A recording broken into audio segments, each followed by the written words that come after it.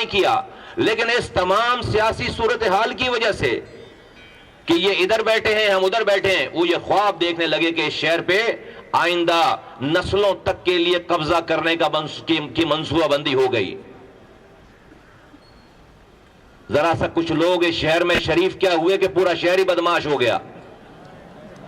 ہر کوئی district central قبضہ کرنے کے خواب دیکھ رہا ہے، کوئی جو ہے وہ ڈسٹرکٹ کورنگی قبضہ کرنے کے خواب دیکھ رہا ہے۔ تو پھر ہمارا امتحان شروع ہو گیا، آیا کہ میں نے اپنی انا دیکھنی ہے، اپنی کہی ہوئی بات پر آخری سانسوں تک ڈٹ جانا ہے، اپنی ذات کو اوپر رکھنا ہے، یا پھر 3 کروڑ لوگوں کے لیے کوئی فیصلہ کرنا ہے جس میں میری ذات پیچھے جائے، جس میں میری ذات میری انا کو ٹھیس پہنچے، جس پر مجھے لوگ تانے دیں، جس پر مجھے لوگ باتیں کریں۔ ان ساری چیزوں کو سہ کر آج اس ساری چیزوں کا فیصلہ کر کے آج مصطفیٰ کمال اور اس کے ساتھی آج ایک اور ہجرت کرنے آئے ہیں، اور وہ ہجرت ہم پاک سرزمین پارٹی سے متحدہ قومی موومنٹ کی طرف کر رہے ہیں۔